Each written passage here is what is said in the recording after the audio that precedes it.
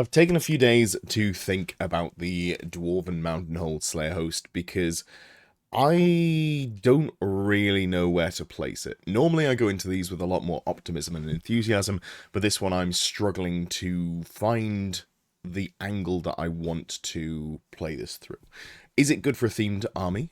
You can do a themed army with it, yes. You can also do a themed army in a way just using the Royal Clan with Ungrim, so I'm not 100% sure that this brings much, but we'll go through it, we'll have a look, and I'm talking more specifically in singles. I think there is maybe an interesting angle that you can do here with teams, where you go very heavy on the points denial. I think that's a little bit risky, especially if you're playing into good players, because the points denial comes from making sure your models die, so if your opponent just runs around the board and doesn't, run into you, then it becomes a little bit harder for you. However, something to play around with. So let's start off and have a look at the Infamy composition list. This video is brought to you by the Close Order Coaching Patron. If you're interested in more information than you can get on a Fix My List, or you're looking to work on specific aspects of your game that maybe I haven't covered in a video, this is the place to do so. Coaching comes in two tiers, either a one-on-one, 1 hour chat where we can discuss list building, various aspects of your game, what you'd like to improve on, or a 3-hour coaching game where we can go more in depth onto certain aspects. Both tiers come with a personal Discord channel where you can ask me questions, get list advice, or just plan out what we want to address in the next session. If you have any questions, you can ask on the coaching section of the Close Order Discord, and you can book my time anywhere from 9 AM to 11 PM local time, depending on the day. First off the block, you can have Ungrim as in the army, which makes sense, obviously Slayer King. Pretty decent character, we'll get to him when we go through all of the units. 0 to 1 Demon Slayer per 1,000 points, and 0 to 2 Dragon Slayers per unit of Slayers taken. So you can take a lot of Slayer characters in this detachment, and you'll see that more when we get to Special as well. Core is interesting.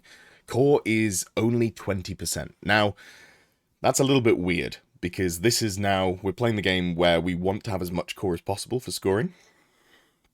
Writing a list where we actually take less core is maybe not that exciting in my opinion, but it's not the end of the world. It does mean that you can very comfortably make a single unit in core as your only core choice. Normally, because you've got to take 25% of core in your army, but also you're capped at a unit being 25% max. It's very difficult to get an exactly 500 point unit, but if you just wanted to go for 1 Death Star of Slayers, you absolutely could do that, and also definitely hit the minimum requirements there. Special, you can have 0 to 1 Brotherhood of Grimnir.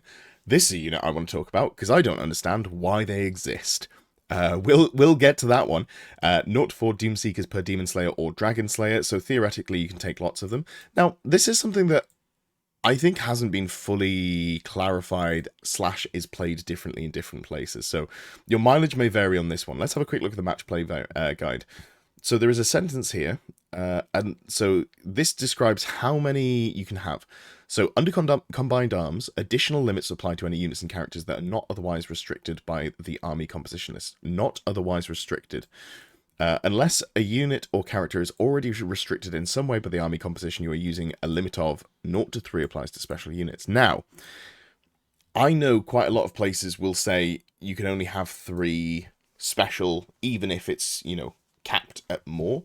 The implication from the match play guide is that the 0 to 3 is the upper end, and it doesn't allow you to have, let's say you can have 0 to 1 cannon per 1,000 points. This stops you from having 3 cannons when you should only be able to have 2. It doesn't say that rules is written, so your playgroup or your local tournament scene may play it differently, and it's worth double checking, because I think the most interesting thing about this is just going 1,000,000 Doomseekers. If you are playing uncapped, so you could just go, okay, let's go 3 characters here, suddenly I can take 12 Doomseekers in special. I think that's interesting, and maybe that's worth playing around with. But again, your mileage may vary depending on what your local group plays. Into rare, we've got 0 to 1 Goblin Hewer per 1,000 points. We'll talk about those at the time, we'll get around to them as well. I think Goblin Hewers are terrible. Someone did the maths and they kill barely any goblins, which is, the worst case scenario. 0 to 1 Dwarf Cart per 1,000 points. This is good. I do like being able to take the Dwarf Cart. Specifically, the Bugman's Cart is the one that we can take here. So getting extra movement on your fully melee army, I think, is pretty solid. And then also, if you've got Ungrim, you can have 0 to 1 Hammerers as a rare choice. This is interesting. It's obviously not going to be a scoring unit, but it gives you a linchpin to build around, which I think is probably something that you'd be looking at in this list. Mercenaries, 0 to 1 unit of rangers. Potentially you can go with here. I like rangers when they score. I'm not 100% sure I like rangers if they don't, but they allow you to put pressure on. And maybe it's important when you're trying to play a points denial style list, you take a unit of rangers that can put some ranged pressure on and also just sort of close off a flank. Maybe that's something that's worth doing by scouting them forwards. Something to think about. Last up, we've got the Battle Standard Bearer. You can give a single Dragon Slayer in your army the upgrade BSB. So unlimited standard runes. They can also spend points on weapon runes, and key point, they can't spend anything on defensive armor runes. A little bit of a downside there. I like my BSB to not die immediately, so that is a problem. You can always take the runic items and runic tattoos as well. Not a problem in this one, but it's just weird layout, I think.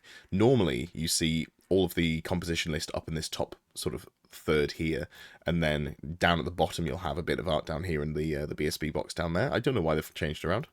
It doesn't matter. I'm just, looking at it and like, oh, this feels odd to review. It doesn't all fit on my screen in one go. So looking at the units we have available to us, we have mostly naked dwarves that are going to be very vulnerable to ranged. It's quite a slow army.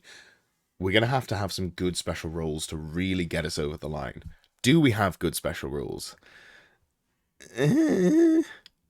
From the wild, 0 to 1 unit slayers with a unit strength of 10 or less may have the ambushes and skirmishes special rule for 1 point per model. I like this. I do like this. I wish you could take more slayers with skirmish, being able to take multiple units with skirmish. If you could go 4 units in core, I would pay a point per model for skirmish to give you a little bit more protection against range, ballistic skill shooting. 4 units, and also drop the unit strength 10 bit here. Like, large unit strength skirmish units are not something you need to worry about, especially for dwarves with such poor movement ability. Just having your entire army be, or your entire core be, not min size, but like moderate size skirmish units, I think it'd be very good. I'd like to go to like 14 or 16, I think, would be really nice with this. But still, having a unit here, unit strength 10 with ambush and skirmishes for 10 points is not too bad. I am pretty okay with that. Look, Snorri Trolls. After deployment, but before deploying scouts or making any vanguard moves, all units of Slayers and Brotherhood of Grimnir within a Slayer host army of Infamy may make a Look, Snorri Trolls move. They move d3 plus 1 inches as described in the basic movement rules. It may maneuver normally, but may not march. Roll separately for each eligible unit. This is a pretty solid unit roll. It's a little bit of a shame that it's so slow. It averages out their normal movement, so it's kind of like a vanguard move, but it's a little bit swingy. This is an army that wants to be in melee. I like that they've given him an extra vanguard move that's not vanguard, so it doesn't stop you from charging turn 1 if your opponent parks a dragon in front of you, for example. Yeah, I think this is fine. Also, what I do really like about this is it's before deploying scouts, which means that if your opponent's going to try and do something like get scouts into a position far up the board, by you moving forwards up to 4 inches, it means that they have to be further away. It's not a big deal, but I do like that, and it'll give you just a little bit more protection from being messed around with by the faster scouting units. Troll Hunters, 0 to 1 character per 1,000 points in a Slayer host army of Infamy, may have the Scout special rule for plus 10 points per model. I think this might be the most exciting rule. Why do I say that? You can just put characters in the midfield, behind a bit of terrain, and say, I'm just going to put my whirling ball of death into your flank as soon as possible. Yes, you're giving up the +1 to go first. Is that going to happen anyway in this army? Maybe not. You can really kind of just do small Death Stars and lots of characters, which is a very different feel. So, only being able to do 2 characters with scouts, is that enough for trade-off? I think it is. I think it's a way to apply a lot of pressure, and I really like this rule. But it is something you have to consider when you're writing your army. Maybe you go a little bit more MSU and just sort of lean into the fact that you're giving up +1 to go first anyway, so you may as well have more information on the drops. Wards of Grimnir. This was something that I wanted. When I was talking about this army, between the point of knowing when it was coming out and when it was actually released, a lot of the conversations I had about it were, I want this army to have something like a 4-up ward against shooting, so that it gets to combat, but then when it's in combat, it is unbelievably glass cannon. It doesn't quite get there, and by doesn't quite get there, I mean it's pretty crap. You have, for pointer model, so you have to pay for it, and you You can only put it on units with a standard bearer. So already if you're going more MSU, you're a little bit more limited because then you have to take the standards and then you're giving up more points. The unit with Wards of Grimnir has a 6+ ward save against any wounds suffered during the shooting phase that are caused by a non-magical enemy attack. While I'm disappointed, I think this is still worth playing around with. I think it's still worth taking. You have magic resist 2 on pretty much all your Slayers. I think all Slayers have magic resist 2. I'll have to double check. But so you've got MR2, which means that you're not super worried about, magic missiles. However, on the flip side, you don't have any access to any real dispel threat outside of a kind of bad special slot unit, which we'll talk about later, which is the Brotherhood of Grimnir. So I'm worried about the ability to not just die to magic missiles from an army that's got lots of pluses to cast. However, having a 6-up ward, it's fine. Most ballistic skill shooting is not magical. If you come up against this of Avalon, too bad, so sad. It is also only strength 3, so it's probably not the end of the world there. But Wards of Grimnir, worth putting on your units, in my opinion. Last but not least, just a classic, this is how we're going to make the army work from just a fundamental perspective. If you've got Ungrim, he must be your general. If not, a Demon Slayer or Dragon Slayer must be your general, even though they have the loner rule, which would normally stop them. However, to reflect the fact that they are poor leaders, they do not gain the Inspiring Presence special rule. This is a bad set of units in kind of a bad Army of Infamy. They didn't need this additional rule. Does it matter? Not really. Slayers have good leadership across the board. Not having Inspiring Presence is not really a problem because you've got high leadership there. But just doubling down on being like, oh, have another downside. You're playing the naked ginger men. Let's give you another penalty. This kind of feels like looking at Heralds of Darkness, where I'm like, I want to love this so much. Why have you given me limitations when everyone else only gets bonuses? That's where I'm at with this. I think it's more the disappointment that puts me off Slayer. Let's go through the actual units that you can take. Starting off from characters, I think this is kind of the high point. You can take Ungrim. Ungrim is a king. You can take him in any Dwarven Mountain Hold army, including this one. Why am I saying that? I know I can take him. It's in the composition list over here. I'm saying it because you could just take an army with Ungrim and not have to take the Slayer Horde. So yes, I think he's pretty solid. He's expensive for what he does, and he brings, a good amount of good rules. But you could just take him in Royal Clan and I think be happier. He's got a solid stat line. So he's a dwarf who moves very slowly. He's weapon skill 9, strength 4, toughness 6. So the toughness 6 is very beefy.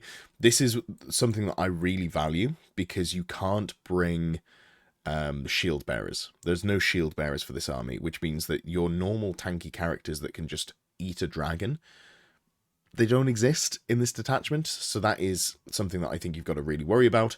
3 wounds, initiative 5, 4 attacks, solid leadership 10, 315 points. He has a million special rules. On here, what do we got? So we've got Deathblow. Slayers, in fact, let's just quickly go to Slayers in the book, and we can talk about Deathblow because everything's going to have it. So let's just be aware of what the base rule does and go from there. Slayers. Where are we? Down at the bottom. So, the Deathblow rule must be up at the character Slayers, the Dragon Slayers. Here we go. So, I could cut this, but I'm not going to. I feel like the despair of just looking for a rule in the book that I've never really bothered to look for before kind of reflects my feelings on this Army of Infamy. So let's just leave this in and let's just go from here. Deathblow. All Slayers are going to have Deathblow when this model is reduced to 0 wounds. In combat specifically, the unit that makes the attack suffers a strength 3 hit at AP 1. This is fine. I don't mind this as a rule. I generally like my rules to not trigger when I die, but if we're taking larger units of infantry, you're going to have more models. So even if you are doing a lot of death blows back, you won't necessarily, you're not super worried about losing the entire front rank at some point, because then you've still got another 2 or 3 ranks behind it. So death blow there, it's fine. It's okay. Is what it is. Grommel armor, rerolling 1s on your armor saves. Hatred orcs and goblins. fine. If you play against orcs and goblins, your army becomes better, but that's just a standard dwarf thing across the board, I believe. Immune psychology, just a good, well, dwarves are never, managing to run away, so it's probably a good rule. Being immune to fear, terror, and panic is nice. It does mean that you can't flee, which is a downside, but under those circumstances, you don't have Swift Stride or anything like that, so you weren't going to be running away. Magic Resist 2 is very solid. Rallying Cry, so that any unit that is fleeing, you have an extra chance to rally. Resolute for the slightly less fast running backwards, Slayer and Unbreakable. So, what do we got? Slayer gives you always wound on a 4+. Again, this is a rule that I believe is just pretty present across the board on dwarves. Let me double check. Maybe it's just the characters, in fact. Yeah, there we go. It's on the unit. I think it shows how generally poor this unit is that I'm having to go back and double checking, which is something that I don't necessarily normally have to do. But so you're always wounded on a 4+, but we've got, a strength 4 +2 strength there. So we're strength 6. So when are we not going to be wounding on 4s? Yes, theoretically, this character is better at killing steam tanks and iron demons. Sure, it's fine. As mentioned, 4 attacks here, really high weapon skill, strength 6, AP3, magical attacks, monster slayer. This is not a bad loadout, but the problem is you're probably going to get run over by a dragon. So you've got a 4-up armor save between the light armor and the Slayer Crown, gives you +2 to your armor save, and you get a 5-up ward. So you've got a 4-up, 5-up, which is fine. It's not awful, but it's not exciting. And yeah, you're rerolling your 1s in your armor save, but against anything meaningful, you're probably going to be on a 6-up save, rerolling 1s, which is not huge. Not huge at all. What I do like is that when you join, you can join Slayers, even though Slayers have Raloner and he doesn't. You can also join Hammers, and when they join them to Hammers, they gain Immune Psychology and Unbreakable. So you can have an entire army that's not worried about being Terror Bombed. So this is where I was sort of touching on previously. In teams, maybe there's an angle that you go down. Being immune to Terror does give you some flexibility there, and then also you can put in a lot of points denial aspects as well, but we'll talk more about that as we get to the characters and the runes you want to put on them. Next up, you've got the Slayers of Legend. This is your Lord and Hero level fighty character equivalent. So, starting off with the Demon Slayer, you've got a pretty good stat line across the board. You've got Weapon Skill 7, Strength 4, which is standard for dwarves. It does feel a little bit wrong that they never hit that Strength 5, but that's okay. You've got runes to adjust. Toughness 5, 3 wounds, 5 initiative, 4 attacks, leadership 10. So not a bad little fighty character. Obviously does come completely naked. Can purchase a great weapon or an additional hand weapon. It's probably going to be the great weapon. And then you can have up to 100 points on the Lord of Weapon Runes, up to 75 points on the Dragon Slayer for Weapon Runes. But the Demon Slayer does get a little bit in terms of the Talismanic Runes, although I don't know that there's much that I'm super bothered about putting on them. The 3 wounds and the 2 wounds here are the points that I want to really sort of hammer home on. They are quite squishy comparatively to what you might be expecting for a dwarf character, because the best, I think, defensively you're going to get is taking a BSB with the Banner of Grogny, which gives you a 5-up ward save for the unit. That is good, but only having a 5-up ward save does not, you can't go toe-to-toe with a dragon with this like you can with, the king that's loaded up with the Rune of Smiting, the Rune of Gromil, the immune to multiple wounds, all of that good stuff there. They do have plenty of other bits here. So not only do they have always wound on a 4+, they also get against behemoths or models with the Warp Spawn special rule, multiple wounds D3 for the Slayers of Demons, which is the top level character. Slayers of Dragons have that, but only against behemoths. What I think is a little bit of a shame. I think this should have been troop type monster or behemoth. I don't see why they only do well against the bigger beasties. Something mid-size. I think they should be able to kill well as well, but that's fine. Gromwell weapons gives them rerolls of 1. No, it doesn't. It gives them AP1 on their hand weapons as long as they don't have any runes on there, but you're going to be putting runes on it anyway. And other than that, it's just a lot of stuff that we expect to see. And also Vanguard. The nerf to Vanguard in 1.5, I think, is a little bit of a hit to this army. If this army was written beforehand, being able to look Snorri Troll move forwards up to 4 inches, then Vanguard 3 inches forwards, suddenly you're 7 inches, off your deployment line. that means that you're pretty willing to go forwards and, get into combat. The next turn you can march forwards 8 inches if you've got a Bugman's Cart. You can get quite aggressive with it. Not being able to charge on turn 1 if you Vanguard, but it makes it Vanguarding quite risky. Because if you move forwards and then your opponent just parks in front of you, you've got kind of limited options. So, they can park a dragon in front of you and then bring a second unit up to support, or just like move block you because you can't charge when you Vanguard. So I do worry about this a little bit. You don't have to use it as a rule, but it just makes the army that much slower when it's already quite slow. If we're talking weapon runes, there are some solid pieces on here. For example, the Master Rune of Dragon Slaying. Normally you wouldn't go this because you want to put the Master Rune of Smiting on your weapon to get that d6 multiple wounds. That's going to make you better into large targets like dragons. This gives you the ability to always wound on a 2+, and you've also got that inbuilt always get a d3 multiple wounds on behemoths. So if you really want to tool up to try and deal with dragons and the like, this is a pretty cheap way to do it. I don't hate that at all. You can also chuck in some, strikes first, which is not bad. If you're going hand weapon, you could go hand weapon and then AP and multiple wounds because you're always wounding on a 4, so something like that is not bad. Otherwise, I'm more likely to be looking at sort of the classics. We're looking for maybe plus strength. If you want to be getting better than that plus, 4 up to wound, I do like plus strength. We can be looking at plus weapon skill if you want to be hitting everything on 3s. There's a lot of flexibility that you can go with the weapon runes, and they're fine. There's a million different places that people have talked about the weapon runes already. I think the thing that's more interesting is the runic tattoos that the Slayer characters can have as well. Runic tattoos are an upgrade that came in the last Arcane Journal, the one that had the Royal Clans and the Expeditionary Force, and it gives you some runic tattoos. These are not points restricted, these are restricted by the number that you can take. They are not to be duplicated. Basically, they're runes, so you can't have 2 of the same on a model, and you can't have the same combination of runic tattoos across your army. So you couldn't have, say, Rune of the Dauntless and Rune of Grit twice. You'd have to mix it up a little bit. Doomseekers, the ones that we haven't got to yet, can have 3 tattoos. Demon Slayers can have 2, and Dragon Slayers can have a single tattoo. Again, no points restriction there. And I think the thing that is most worth bringing up, the thing that people are most interested in talking about, in my opinion, from what I've seen with discussion about the Slayer army, is Rune of the Dishonored. This is how you make it so if you bring 2,000 points and you get tabled, you only give up 500 points. Rune of the Dishonored, 50 points, for Demon Slayers and Dragon Slayers only, and the reason is that Doomseekers have this rule built in. Once they are reduced to the last wound, they gain a 3-up ward save against any further wounds suffered. However, at the end of the battle, if it has been slain, your opponent gets no victory points.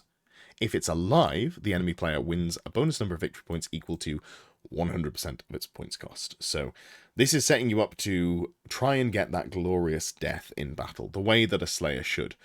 There are ways to play around this. This is, in ways, a little bit terrain dependent. So if you've got dangerous terrain on the board, and your opponent's running for the hills, this gives you a chance to have it die to terrain. It's not a great chance, obviously, but just having that as a backup where you can be like, oh, I'm never going to be able to catch you, let me just run through this bit of dangerous terrain a couple of times and hope I roll some 1s. That is something there that you can play around with. This is not the main plan. This is just sort of the backup when they run away from you because they don't want to die. Other ones that are worth looking at, I really like the Rune of Endless Battle. This is more for a Doomseeker. You can just get quite silly with this. If you charged, every attack you make that causes an unsaved wound makes an additional attack. So you can theoretically, one lone dwarf could wipe an entire unit of Graveguard, which is exactly what is here in the, the fluff section at the start of these books. It's not realistically going to happen, but I still think it's pretty solid, and you can tune up, because this is not capped with the weapon runes, you can make a very, very dangerous character, and just sort of keep rolling through with those. Rune of Reckless, giving you Frenzy and an additional +1 to hit, however, people hit you back at +1. Amazing, cool. If I'm getting the charges, which is, now that Frenzy's been nerfed, you only get the +1 attack and the charge. If I'm getting the charge and I'm attacking first, I don't care if you hit me back harder. A, I've hopefully killed everyone in base-to-base contact. B, they want to kill me back anyway. So, sure, I want to not give up my points. Rune of the Hateful, Hatred of Enemies, pretty useful. Again, synergizing with Rune of Endless Battle there really nicely. Probably not needed if you go Rune of the Reckless, if you're getting that +1 to hit. Rune of Grit for +1 modifier to toughness. I think this is interesting, because you can take, if I just go back into the, if we go back up here to the the base book and we have a look at the actual Slayers, you can see they're both coming at T5. So you can just have T6 characters running around, which I think is an interesting proposition. So even if you're just going Dragon Slayers and you're going 25 points for Rune of Grit, that is 95 points, 99 when you give them a great weapon. You probably give them a little bit more juice as well. But you can just have them running around toughness 6. Really hard to pick up. They're very easy to hide. They're a small footprint. They can hide behind terrain. They can hide behind other models. They can just sort of run up the field. Or maybe these are the ones that are going to scout. So I think Rune of Grit really interesting in this sort of setup. Rune of the Dauntless for 15 points. You can reroll all your hit rolls in a challenge, but you must always issue and accept challenges if possible. Cool, great, 15 points. If you set it up to try and snipe characters, hell yeah, let's go for it. Are you worried about being challenged out so that you lose combat res? Not really. You're a single model. You're making all of your attacks at one initiative step. You're probably not going to make, do 6 points of overkill with one of these characters. So yeah, this is I think a good upgrade to go for. Plus 1 attack from Rune of Wrath is just generically good. Same for Warrior's Rune if you want to get over a breakpoint. So getting up to weapon skill 7 or getting to weapon skill 8 if you're trying to go in there and hit lords, that sort of stuff is very good. Finally, Rune of Blazing Fury. Not good, in my opinion. Most things in the game do not care about flaming. A small percentage of things in the game have a better save against flaming attacks, and a very, very, very small number of armies are punished for, you having flaming attacks. So generally I'm going to avoid this, but it is the cheapest one because, again, up here it says that you can't duplicate combinations. Maybe you want to go 2 Runes of Grit, and you don't have the points to go for a Warrior's Rune for weapon skill on one of them, and you're just going to go Rune of Blazing Fury. I'm always going to shell out the extra 5 points. But here we have it. You could, realistically, just say, screw you, Trollhorde, and go flaming attacks if that's your regular opponent. I think that would be a cruel and unusual thing to do. Just to round out the characters, if we think about the Battle Standard Bearer, I think I'm probably going to be taking the Master Rune of Grugni in just every dwarf list that is wanting to play any level of infantry. This list is no different. 80 points, giving a 5-up ward save to your unit, and then a 6-up ward save to friendly units within 6 inches against shooting. You maybe just don't pay a point per model and put the, keep everything bunched up a little bit, and then save the upgrade in the Arcane Journal that gives you +1 save against non-magical shooting for something that plans to be on the flank. But yeah, Master Rune of Grugni, Rune of Battle, and then also Strala's Rune. That's a really good combination there. You don't have to go Strala's Rune, you can leave it. But, Rune of Battle and Master Rune of Grugni are a good combination. Normally you'll see Rune of Coverage, but you're just going to be immune to psychology, so you really don't need to worry about that. Moving on to core, we've got Slayers. We've got Troll Slayers, we've got Giant Slayers. And at 12 points per model, I think the first issue I have with Slayers is that this stat line does not inspire fear. You're T4 just across the board because you're a dwarf, but being strength 3 as a Slayer feels pretty rough. Weapon skill 4 is fine. It is better than most races baseline, but I wouldn't be upset if it was a little bit better. Warriors of Chaos have weapon skill 5 on their normal, actual Chaos Warriors. So seeing a 5th point here would be okay. Completely naked, come with hand weapons, and you can pay to give them great weapons at +2 points per model. So default point, we're starting off with a single attack, 14 points, great weapon, and then you can upgrade any number of models to Giant Slayers. This gives you gets you up to that weapon skill 5, that base strength 4, that second attack. So you can have quite a fighter unit, but you do pay through the nose for it. Of course, you can go full command, or rather, you can go Standard Bearer, Musician. Giant Slayers are your characters of sorts, even though I don't believe they are able to challenge. Yes, so you've just got a rule in here that says anyone can challenge, which does make sense in terms of the Slayer looking for an honorable death. But yeah, so you've got basically an entire unit of unit champions, even if you don't upgrade to Giant Slayers. Full command here, standard runes for 50 points. I'm not super worried about anything in here in terms of what I'm bringing. You could give this unit Vanguard. Again, we've talked about whether or not Vanguard is good. Rune of Battle on this is fine as well. They're just so squishy. Like, they're T4, which is nice, but they have no armor, and you're paying an extra point for a 6-up ward save against non-magical shooting. This becomes most appealing, I think, if you've got the 5-up ward save banner in the unit with them. So, Brotherhood of Grimnir. This is your special unit. This is the only choice you have in special apart from Doomseekers, and Doomseekers are the one that you're actually going to take. But this is to be frank, the point where I stopped having any enthusiasm for the journal. And I am less than keen on upgraded versions of a unit that already exists, but you can only take them in special or rare, because special or rare infantry doesn't score points. And infantry's job, because it's slow, infantry typically need to be able to hold objectives, contest objectives. This unit obviously can't do that. Okay, sure. You're paying 18 points per model for a naked dwarf. Do not like that at all. Already off to a bad start. We look at the stat line. Normal dwarf movement. Weapon skill 5, strength and toughness 4, 1 wound, initiative 3, 2 attacks, leadership 10.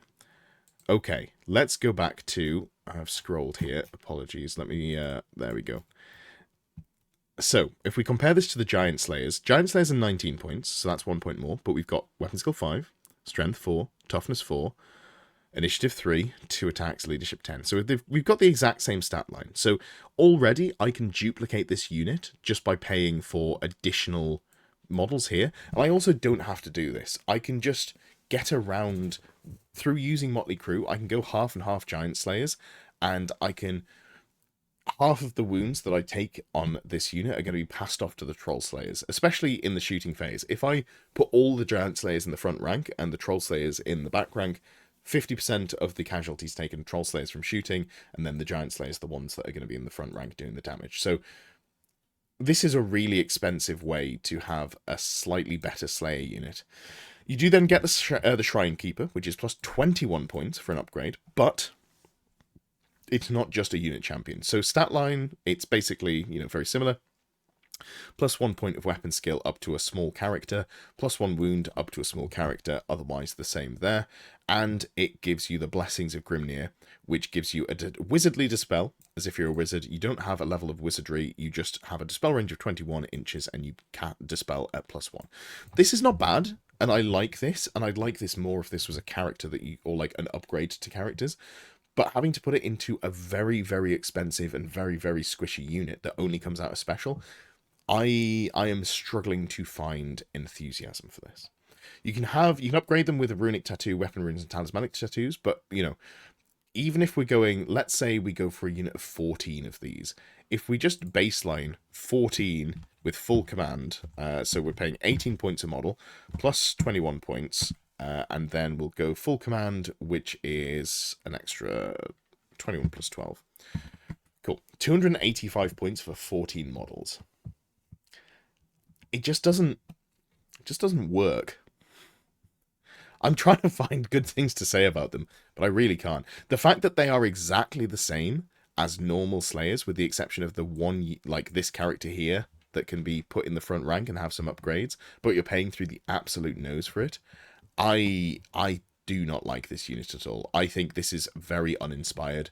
I think this is a bad unit. I do not like it. I do not see a purpose for it, personally. Moving on to Doomseekers, these little bundles of fun are actually good. They're very cheap little character missiles that you're going to send out.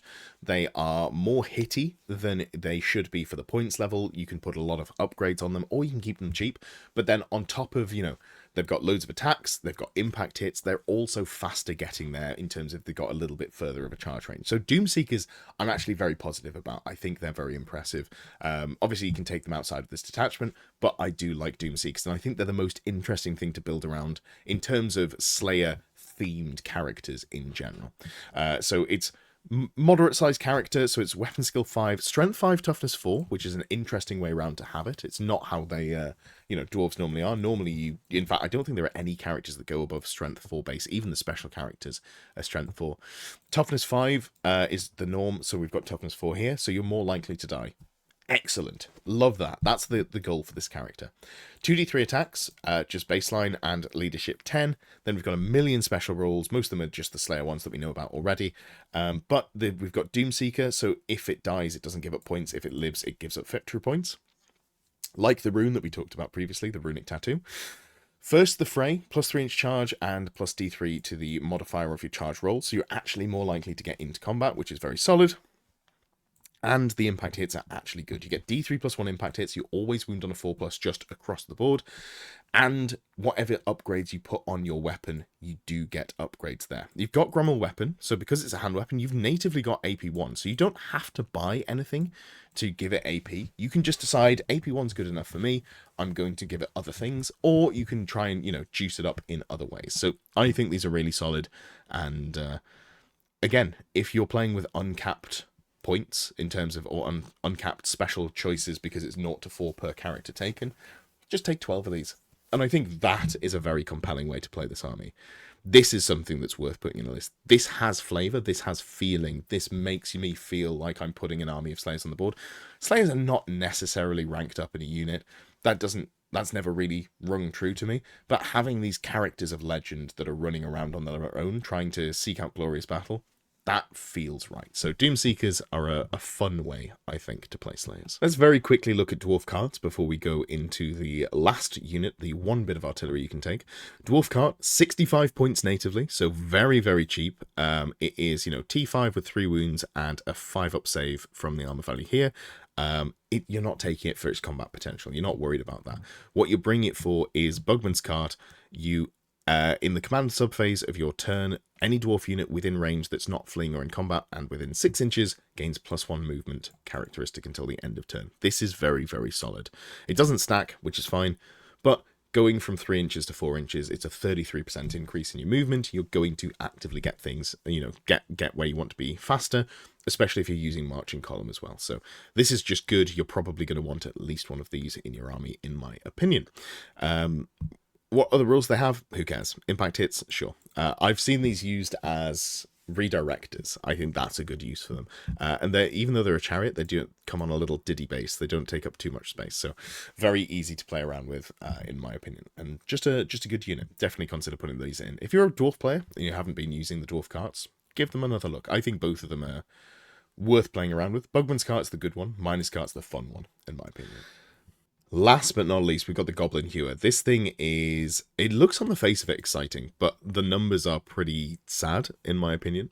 So it's kind of like a bolt thrower, in that it's a ballistic skill unit that is better against more ranked up units. So the way it works is like an organ gun. You roll a single artillery die, and that's how many shots you make. So you get 2 through 10, or you misfire. You also get additional D3 modifiers per rank or file, depending on whether you're shooting in. So if you're in the front arc, however many ranks they have, let's say it's a 4 ranks deep, I should say, you're going to get a 4d3 extra hits. Extra shots. The problem comes in that it's a ballistic skill unit with ballistic skill 3 that's going to be shooting at, realistically, at minimum, long range. It's very easy to get cover in this game. I found when I've played around with this thing, I was usually hitting on 6s, which is very underwhelming. So if you roll an average roll of, let's say, 6 on the artillery die with 3 ranks, let's just go for something that's pretty realistic. So you're going to average 12 shots. You then get 2 hits if you're hitting on 6s. And then if you're going into, let's just say, night goblins, you'll kill 1.3 night goblins, which, when it's called a Goblin Hewer, is not super awe-inspiring. It's 120 points. I think this is a little bit of a trap unit, unfortunately. Does it look cool? Yes.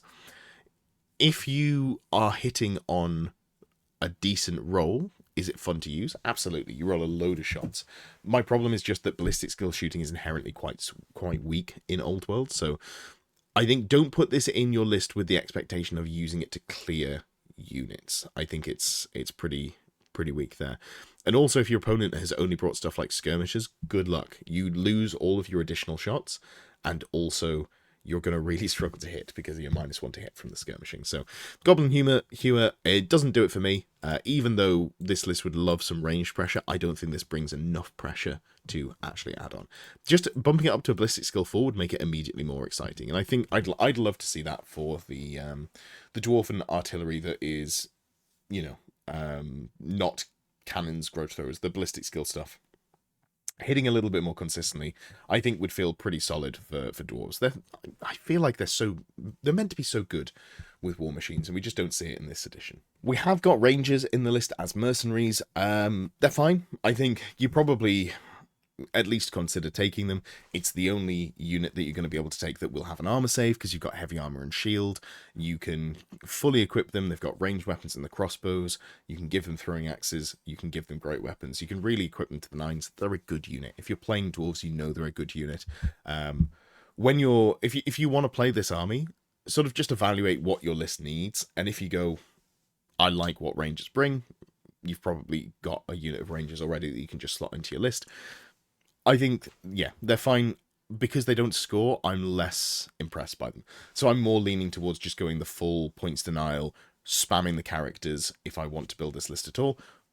But rangers are here, and they can give you a couple of things to shore up your list. And that really takes me to the end of this overview. I don't really have much more to say about this army. I am hoping that I'm being overly negative on this, and I don't like being negative about things, but I just don't find anything good to say about this army. Is there a way of playing it that you think is genuinely worth putting on the tabletop? As always, I'm looking at this through a competitive lens. So if you're excited to play this in a narrative fashion in your local play group where nobody cares about winning or losing, nobody's bringing, even half of a good unit, fantastic. I think it does a good job there.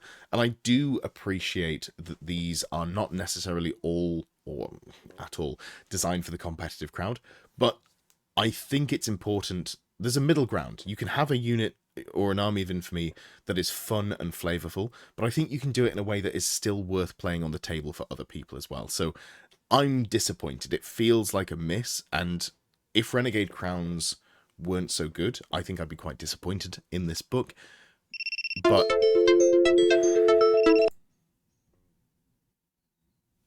yeah, let's call it there. Thank you for watching. Thank you for getting to the end of the video. If you've reached this point and you haven't already, I would really appreciate a like, a comment, a subscription if you haven't done those things. It just helps me get seen by more people, boost me up in the algorithm, all of the stuff that the YouTubers do like to say. If you would like to support me in my goal to become a full-time YouTuber, I would absolutely appreciate that. You can become a member below. There are various perks to those, name at the end of the videos, all that good stuff, but it also unlocks some VIP areas in Discord if you become a Longbeard or Ground Knight tier supporter. Those VIP sections are the only parts that are locked away in Discord. You don't have to be a member to join the Discord. I'd recommend that you should. We've got about 450, 500 people on there. It's a great place for discussion, a lot of fun. I do try and chime in as much as possible. And it's also where the Fix My List show lists are put, and also if you are one of the Ground Knight or Longbeard tier supporters, where you participate in choosing which list I play in the monthly Pick My List series.